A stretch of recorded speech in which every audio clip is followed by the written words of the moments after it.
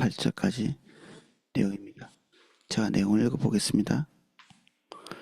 금식할 때에 너희는 외식하는 자들 같이 슬픈 기색을 보이지 말라. 그들은 금식하는 것을 사람에게 보이려고 얼굴을 흉하게 하느니라. 내가 진실로 너희에게 이르노니 그들은 자기 상을 이미 받았느니라. 너는 금식할 때에 머리에 기름을 바르고 얼굴을 씻으라. 이는 금식하는 자로 사람에게 보이지 않고 오직 은밀한 중에 계신 내 아버지께 보이게 하려 함이라. 은밀한 중에 보시는 내 아버지께서 갚으시리라. 아멘. 16절입니다. 금식할 때 너희는 외식하는 자들 같이 슬픈 기색을 보이지 말라. 이 외식하는 문제가 지금까지 말했던 구제, 기도와 더불어 이 금식의 가장 큰 걸림돌이었죠. 예수님께서 이 구제도 그리고 기도도 그리고 외식, 이 금식도 이거 자체를 금하신 것은 아닙니다. 11조도 마찬가지죠. 그들이 하고 있는 종교적인 모든 행위 속에 이 겉으로 드러나는 것들에 대한 금지사항은 없다고 이렇게 볼 수 있습니다. 그런데 그들이 방향을 잘못 잡고 있는 그 방향들을 예수님께서 수정하고 계시죠.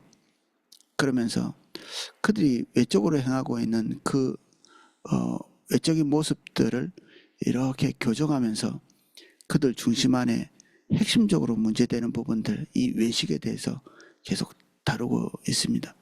그들 안에 있는 근본적인 탐욕, 그리고 사람들 사이에서의 입지, 이런 것들에 그 모든 종교적인 행위들의 목적이 다 거기에 집중되어 있었기 때문에 예수님께서 이런 부분들을 지적하고 계십니다. 그들이 금식할 때에 슬픈 기색을 보였던 것 같고, 그리고 그들이 기도와 마찬가지로 그들이 행하고 있는 금식을 사람들에게 알리기를 원하는 거죠. 목적은 기도나 아니면 이 구제나 이런 것을 할 때 그들이 외식적으로 했던 그 목적과 동일한 거죠. 사람을 움직이려고 하고 그 사람들의 평판을 움직여서 자기의 명예를 추구하고 있는, 이렇게 되기 쉬운, 그리고 영은 영으로서 이렇게 전달되고 이렇게 오염되기도 하고 영으로서 느끼기도 하고, 외적으로 보이는 것뿐 아니라 그들이 내적으로 가지고 있는 이런 자세와 태도들은 그들에게 이 지금 예수님의 설교를 듣고 있는 이 대중들에게 고스란히 이렇게 전달될 수 있죠. 신기하게도 뭔가 이렇게 하라, 외식적으로 해라 이렇게 얘기를 하지 않음에도 불구하고 외식적인 사람으로부터 계속해서 이렇게 뭔가를 받고 있는, 메시지를 받고 있는 거죠. 이들의 실제적인 목적들이 그들에게 전염되고 있는 것입니다. 주일학교를 이렇게 교사를 하면서 정말 신기한 게 그거였거든요. 어떻게 저렇게 마음의 자세나 태도까지 부모를 닮을 수 있을까? 아이들이 마음의 태도와 자세, 고스란히 그 부모로부터 옮겨오는, 이렇게 해라 저렇게 해라 말을 안 했을 텐데 그의 진실됨도 옮겨가고 그리고 외식됨도 옮겨가고, 이게 뭔가의 가르침 이상의 그 어떤 정보가 전달되는 루트가 있는 것처럼 그렇게 보입니다. 날은 날에게 말하고 밤은 밤에게 말하고, 이게 시편에 나오는 하나님께서 우주 위에서 이렇게 행하고 계시는 정보 전달이죠. 오늘이 어제와 같고, 그리고 오늘에 있었던 일들이 내일에 이렇게 고스란히 똑같이 일어날 걸로 우리가 예상하는 것은 그냥 그저 그렇게 똑같이 되는 게 아니라 하나님께서 어제도 오늘도 내일도 하나님께서 그 똑같은 일이 일어나도록 정보를 이렇게 전달하는 거죠. 오늘에서 내일로, 어제에서 오늘로 똑같이 정보를 전달하고 있는, 뭔가 이렇게 눈에 보이는 것들은 아닌데 하나님의 일이 이루어지기 위해서 뭔가 이렇게 전달되고 있는, 이게 눈에 보이지 않고 느낄 수 없는 그런 세계가 이 가르침의 세계에도 고스란히 이렇게 일어나가지고 이 종교적인 지도자들이 행하고 있는 이 외식적인 종교적인 행위들이 백성들에게 고스란히 이렇게 전달되는, 그래서 깨어서 쳐다보지 않으면 그걸 그대로 답습할 수밖에 없는 거죠. 구제할 때 사람들에게 보이기 위해서 하게 되고, 기도도 사람들에게 종교적인 과시를 하기 위해서 하게 되고, 여기 금식도 그들이 금식할 때 굉장히 힘들었을 거거든요. 식사를 하지 않는다는 것은 자기가 모든 것을 걸어놓고 하는 거잖아요. 그런데 이런 것들, 이 고통을 감수하면서까지도 그들이 달성하고 싶은 목표가 있었던 거죠. 예수님께서 전혀 인정하지 않는 그런 목표들. 그런 목표가 강하면 강할수록 종교적으로 더 힘든 이 퍼포먼스를 하면서 그것을 달성하려고 하죠. 어떻게 보면 가장 끝판왕이라고 할 수 있는 게 이 금식이죠. 금식은 초대교회에서 그렇게 많이 등장하는 것은 아닙니다. 이게 뭐 굉장히 이게 서신서에는 금식에 대해서 이렇게 강조하는 내용이 많이 없거든요. 근데 예수님께서 40일간 또 금식하셨고, 제가 기억나는 것은 바나바와 바울을 선교사로 보내기 위해서 선택할 때 이 문제는 그들에게 엄청나게 중요한 문제였죠.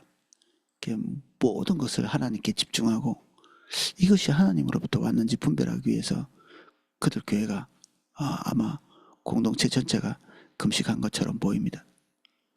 그리고 특정한 경우에 예수님께서 기도와 금식 외에는 되지 않는 어떤 사건에 대해서도 얘기하고 계시고, 이런 금식에 대한 특정한 부분에 대해서 말씀하고 있기 때문에 금식은 우리에게 하나님의 뜻을 이루는 어떤 한 방편은 될 수 있는데, 그렇게 많은 이게 가르침에 대해서 볼 수 있는 부분들은 없다고 볼 수 있습니다. 구약 성경에도 이렇게 위기 상황에 처해 있을 때 하나님께 기도하거나 우리 육신적인 것들을 제하고 주님께 온전히 집중하기 위해서 이렇게 금식하는 이런 경우의 케이스들을 이렇게 볼 수 있습니다. 근데 이런 금식이 이제 1세기 초대교회가 이렇게 시작했던 이 지점에서는 주로 이렇게 정기적인 금식들이 그들을 압제하고 있는 로마에서 벗어나야 되는데, 하나님께서 이 기간을 이렇게 너무 길게 가져가신다. 이게 어떤 면에서는 그들의 고통으로부터 출발했고, 어떤 면에서는 하나님에 대한 원망이죠. 왜 벗어나야 되는데, 우리가 자유로워야 되고, 그리고 열방에 우뚝 선 존재가 되어야 되는데 우리가 왜 이 모양입니까? 라는 하나님에 대한 탄원, 그리고 이 탄원 속에는 하나님께서 꼭 해주셔야 될 일을 하고 있지 않다는 하나님에 대한 원망이 그들의 금식 속에 이게 깃들어 있었거든요. 주석에 그렇게 돼 있더라고요. 그들의 처지에 대한 하나님께 대한 원망. 그래서 금식 속에 하나님을 움직이려는 시도가 있거나, 그리고 하나님의 뜻에 대한 항거 내지는 불만, 그런 것들이 깃들어 있다면 우리는 이 금식이 올바르다 이렇게 볼 수는 없겠습니다. 금식은 하나님을 바꾸기보다는 나를 바꾸는 과정이어야 되죠. 우리가 주님 외에 다른 것들에 이렇게 기울어져 있을 때, 그리고 하나님의 뜻이 무엇인지 명확하게 알게 됐을 때 주님의 그 열렬함, 그것을 가지고 하나님의 뜻이 이루어지기 위해서 금식하면서 하나님께 몰입하는 거죠. 그리고 모세의 기도 같은 경우에는 저는 뭐 그 안에 고통이 포함되어 있었을까 이런 생각이 듭니다. 우리가 음식을 먹는 이유는 결핍이 있기 때문에 그렇잖아요. 결핍. 모세 같은 경우에는 하나님과의 그 아주 가까운 대면을 통해서 하나님의 모든 것을 충족받고 있었던 시간이죠. 40일 기간 동안에 떡도 먹지 않고 그리고 물도 마시지 않고. 그럼 사람이 죽는 게 당연한 일일 수도 있죠. 그런데 하나님의 완전한 공급이 떡도 필요 없고 물도 필요 없게 만드는 그런 지점에 간 거죠. 우리가 그 링겔로 이렇게 수액을 맞으면 배가 고프지 않거든요. 우리 몸에 영양분을 충분히 공급하고 있고 수분도 충분히 공급하고 있고 그러면 식사를 하지 않아도 이게 허기를 잘 느끼지 않는다고 합니다. 이게 어떻게든 우리의 빈틈들이 채워지고 있는 거죠. 식사를 통해서 채워지는 이런 과정이 아니라 몸속으로 바로 투여되니까 하나님과 근접한 거리에서 그들이 느끼는 것은 사실은 이 육신의 결핍을 초월해서 하나님의 완전한 충족을 경험하는 거죠. 이 금식의 과정을 통해서. 저는 뭐 금식을 통해서 그렇게까지 많이 느껴보지는 못했는데 충족감보다는 좀 배고픔, 육신의 것들이 내려짐 이런 것들 정도 경험해서 이 금식에 대해서 많이 말할 수 있는 것들은 없는 것 같습니다. 저 자신이. 근데 이 금식의 목적은 예수님께서 우리에게 가르쳐 주신 대로 분명해야 되죠. 이들이 추구하고 있는 금식의 목적은 근본적으로 방향이 뒤틀려 있죠. 모든 것이 하나님과의 관계 안에서 의미는 발생해야 되잖아요. 근데 바리새인들 그리고 여기에 나와 있는 종교 지도자들이 행하고 있는 이런 방향성은 온전히 자기 자신의 유익과 그리고 탐욕 그리고 사람들로부터의 평판 이것에 딱 이렇게 고정되어 있죠. 이게 유일한 그들의 종교적 목표였죠. 그러면 어쩔 수 없이 그들은 그들 내면 안에서 하나님을 죽이고 있는 것입니다. 하나님이 살아계시다고 입에 붙어는 있지만 실제적인 관계는 단절돼 있어야 이런 행위들이 가능하거든요. 하나님과의 살가운 관계가 있는데 금식을 하면서 사람들을 의식할 수 없죠. 기도하면서 하나님과의 관계 속 안에서 기도를 하는 것은 얼마나 우리를 안식하게 하고 기쁘게 하고 완전하게 하는지 모르는데 이 기도가 방향성이 하나님과의 교제에 있지 않고 사람에게 이렇게 있으면 사람에게 뭔가를 이렇게 보이기 위해서 하고 있다면 하나님을 우리 안에서 완전히 단절시키지 않는 한 이런 것들이 가능하지 않죠. 구제도 마찬가지고. 이 세 가지 종교적인 행위가 다 바리새인들이 하나님하고보다는 사람에게 더 주목하고 있다. 예수님이 지적하고 있는 내용 그런 내용이죠. 얼굴을 흉하게 하느니라. 어쩌면 이렇게 얼굴을 흉하게 하고 있는 뭐 화장도 했다고 하는데 흉하게 보이기 위해서 이런 고통스러운 일을 통해서 그들은 국가와 민족을 위해서 이렇게까지 애쓰고 있구나. 이렇게 자기 고통을 참으면서 극한에 이렇게 하나님께 탄원을 하는 이 사람을 우리가 어떻게 존경하지 않을 수 있는가. 사람들은 그렇게 생각했을 수도 있겠죠. 지금 우리 지도자들이 이 일본이나 북한을 대적하면서 그것들을 많이 대적하고 그리고 이 대립을 크게 할수록 마치 그들이 더 애국자인 양 이렇게 하는 것처럼 로마에 더 많이 항거하고 그리고 하나님 앞에서 더 이런 그 고통스러운 행위를 하고 있다는 것을 과시하면서 그들이 지도력을 행사하려고 하는 이게 어떤 면에서는 정치적 기술이죠. 사람들을 움직이는 기술이고, 그리고 이게 먹히는 겁니다.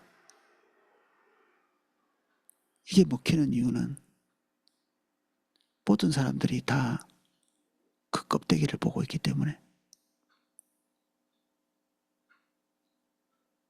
그리고 이게 먹힐 만한 사회고 이게 통할 만한 사회니까 모든 사람들이 다 그렇게 기울어 있기 때문에 이렇게 행할 때 누구도 의심하는 사람이 없고, 이 버젓이 이렇게 이런 행동이 올바르지 않음에도 불구하고 이걸 감지하는 사람도 없는 거죠.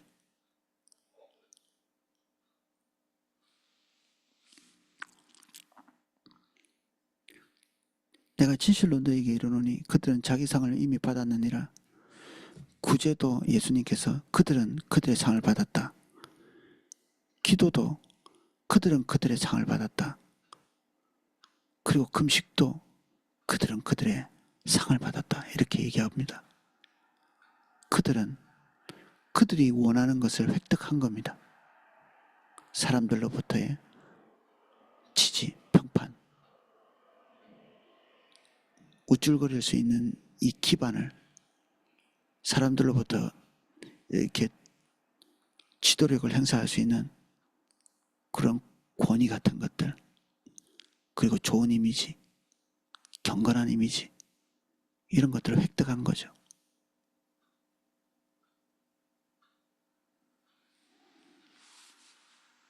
이것을 획득하는 순간의 재앙이죠.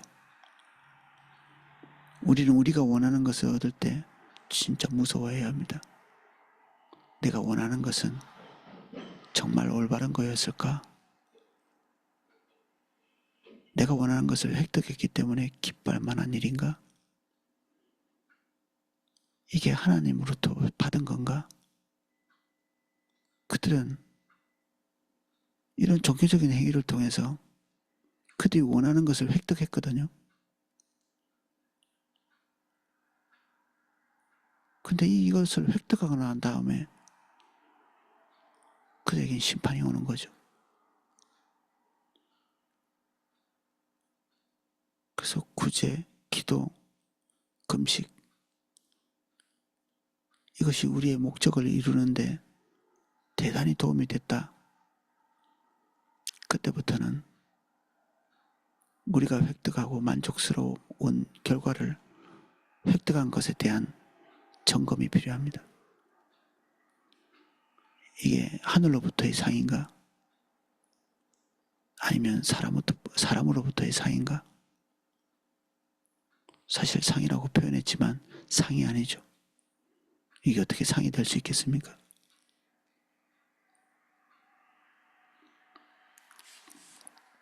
너는 금식할 때 머리에 기름을 바르고 얼굴을 씻으라.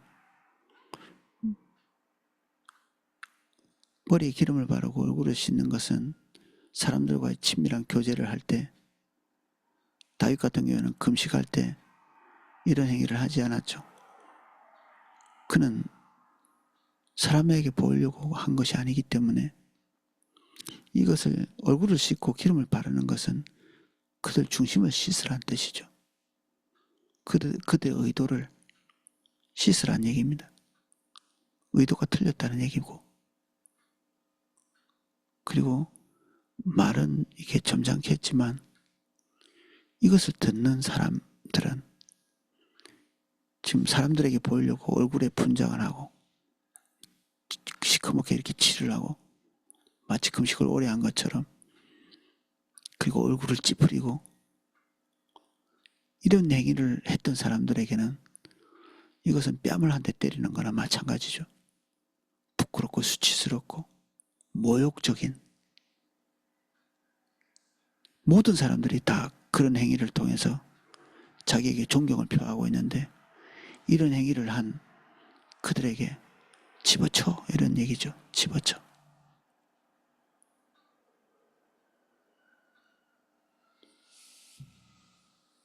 이는 금식하는 자로 사람에게 보이지 않고 오직 은밀한 중에 계신 내 아버지께 보이게 하려 함이라. 은밀한 중에 보시는 내 아버지께서 갚으시리라. 금식은 하나님과 나와의 관계 안에서 일어나는, 어떻게 보면 주님께 가장 집중할 수 있는 그런 요소일 수도 있는데, 이 고통스러운 행위마저 탐욕이 커지기 때문에 이 고통스러운 일들을 감행하면서 자기의 목적을 이루려가는 강인한 의지력이 바리새인에게는 있는 거죠. 강인한 의지력. 한번 뜻하면 모든 것을 이루는 강한 의지를 가지고 있는 존재들. 그래서 금식까지 자기 목표를 위한 도구로 쓰는 거죠. 경건을 이익의 재료로 사용하는 사람들에 대한 질타가 사도 바울로부터 있었죠.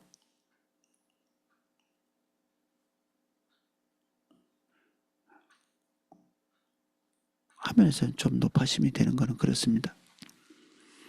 우리가 바리새인들의 이런 그 행태를 비난하면서 구제나 기도나 금식에 대해서 이 가치를 떨어뜨릴까 걱정이 되기도 하거든요. 예수님 스스로도 이 모든 것들을 행하셨고 11조 같은 것들 포함해서 이런 부분들을 하지 않는, 이런 부분들을 게을리하는 어떤 그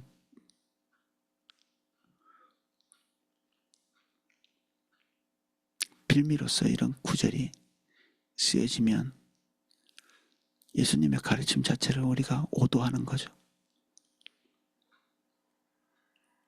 11조 구제, 기도, 금식, 이것이 올바로 돼야 된다는 거죠. 바른 방향을 찾아야 된다는 것이고.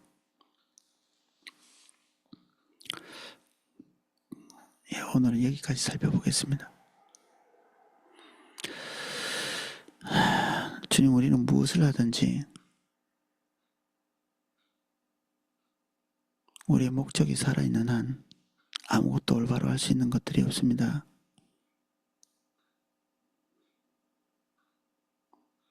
모든 선한 것들을 우리 안에서 왜곡되고 뒤틀리게 만들 수 있는 저희들입니다.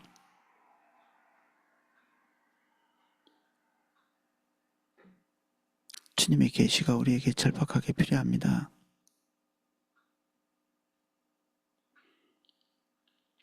우리는 배운 대로, 익숙한 대로 모든 것을 하고 있지만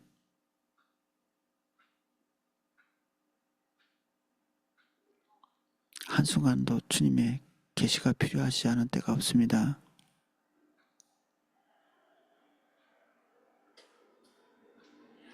우리의 익숙한 모든 것들을 돌아보게 하시고 우리가 행하고 있는 경건에 속한 모든 행위들을 점검할 수 있는 은혜 주십시오.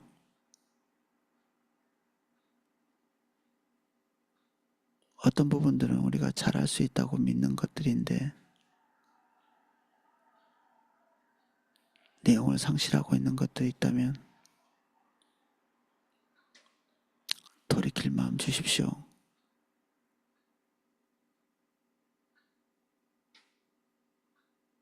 구제하는 삶을 살게 하시고 기도하는 삶을 살게 하시고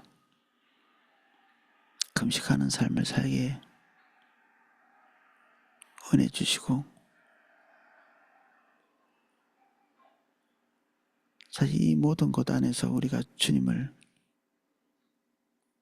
긴밀하게 동행할 수 있도록, 그리고 이 안에 있는 소중한 그 값어치들이 우리 삶에 경험되어질 수 있게 우리에게 기회가 있을 수 있게 해주십시오. 예수님 이름으로 기도합니다. 아멘.